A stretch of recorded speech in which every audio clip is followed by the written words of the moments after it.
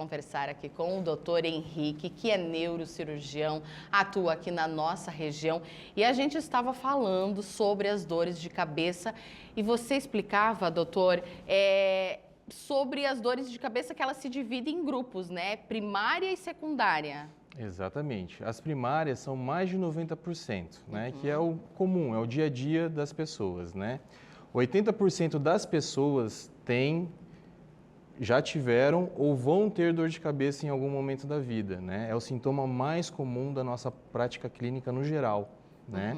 E 90% delas, né, são enxaquecas, cefaleias tensionais, muito relacionadas a estresse, a dormir mal. Aquela dor, às vezes, no pescoço, Exatamente. assim, que a gente sente. É uma dor de cabeça tensional, então. Tensional. Uma dor que começa na região cervical e que pode irradiar por toda a cabeça, né?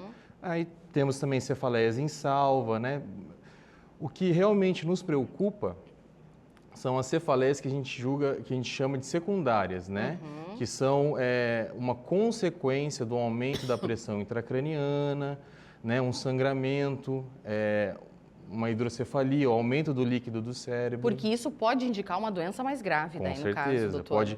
Pode indicar tumores cerebrais, uma hidrocefalia, né? Várias doenças muito graves aí que a gente precisa ter esse diagnóstico quanto antes. Porque no caso dessas doenças, quando é da classificação secundária, pode levar a óbito, inclusive. Com certeza. Pode levar a óbito, né?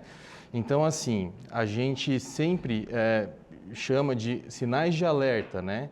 Então, paciente com dor de cabeça que apresenta febre, alteração, inapetência, essas alterações clínicas associadas, né? Ou uma perda de força em qualquer parte do corpo, uma confusão mental súbita, aguda, né? Essas alterações, elas têm que acender um sinal de alerta para que esse paciente procure, então, ajuda médica. Certo, doutor. E aí a gente, né, tem aquela dor de cabeça simples quando a pessoa começa a tomar analgésicos, mas esses analgésicos se tornam uma frequência, né, muitas vezes por semana aí. Pode ser um sinal de que algo não está bem?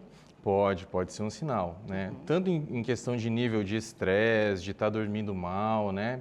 É um sinal de alerta porque altera todo o ciclo da saúde, né, da pessoa, mas também, principalmente, quando uma pessoa já está habituada a ter uma quantidade X de crises durante o mês e isso muda, aumenta, isso pode sim significar uma piora, né, de uma doença de base, uma doença primária que pode estar causando dor de cabeça.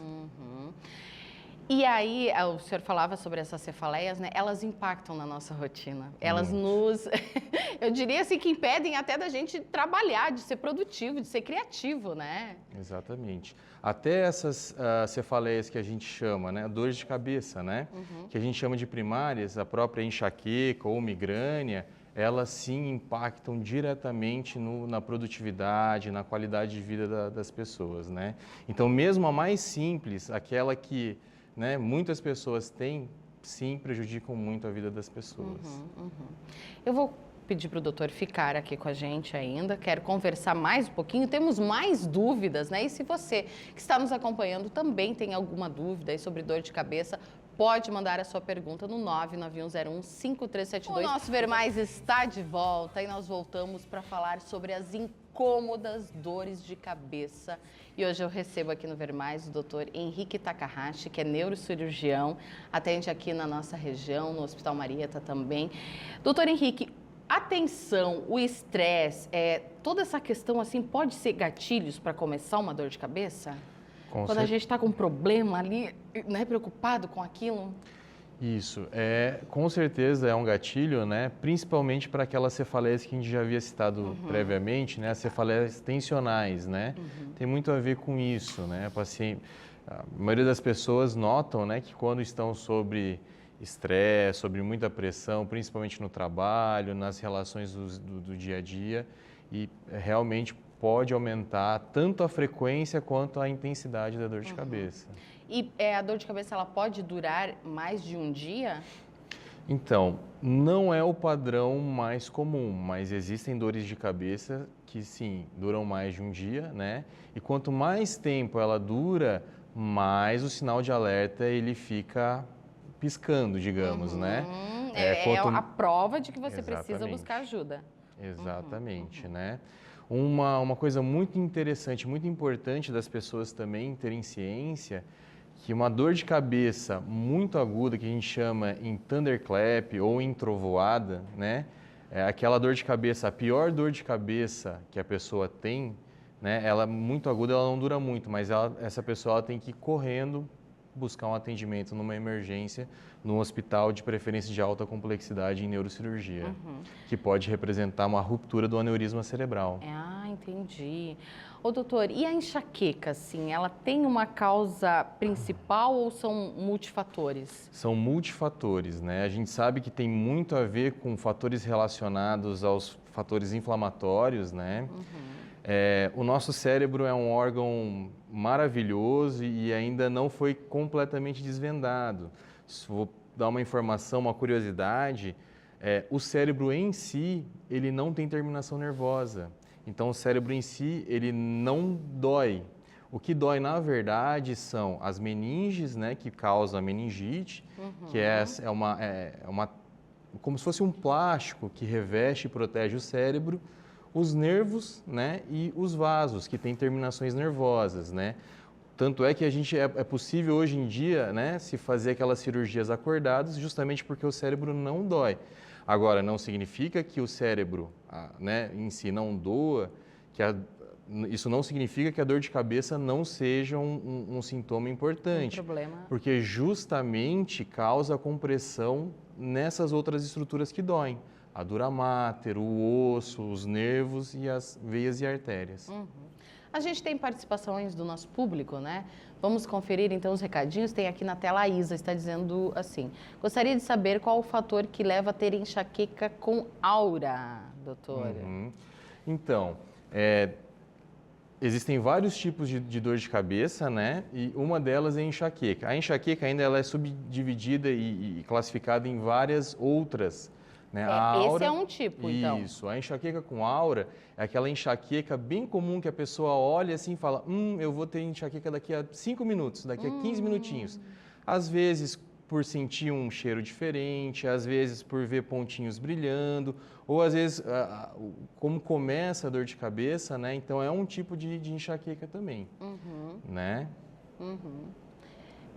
Próxima pergunta, produção. A Jaziele: tenho dores de cabeça todos os dias. É uma dor que dói no fundo dos olhos. O que poderia ser? Ela já precisa buscar um atendimento, né, doutora? Exatamente. Esse já é um tipo de padrão, né, que nos deixa um pouco preocupados, né? Porque é uma dor de cabeça constante, né? É uma dor de cabeça específica numa região.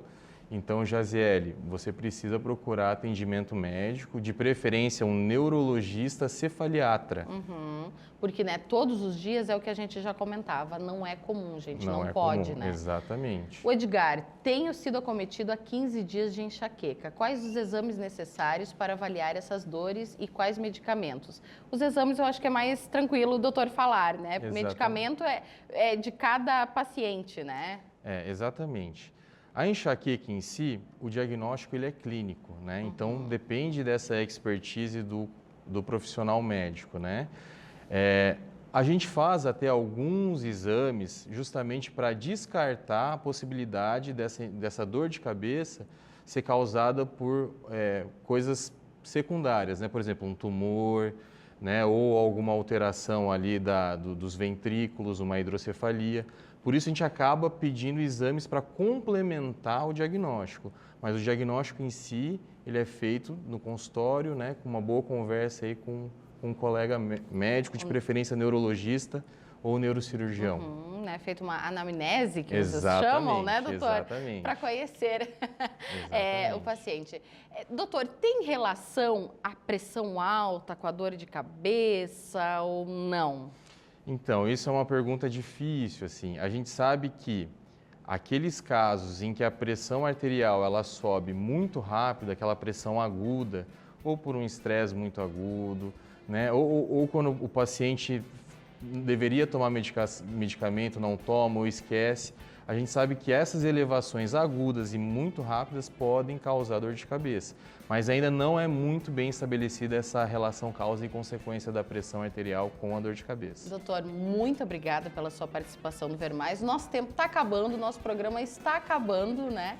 E eu espero que o senhor volte em outras oportunidades para a gente bater um papo e poder levar informação para o nosso público. Eu que agradeço, é uma honra aqui, em nome do time da Neurolitoral, agradeço bastante aí a participação. Obrigada.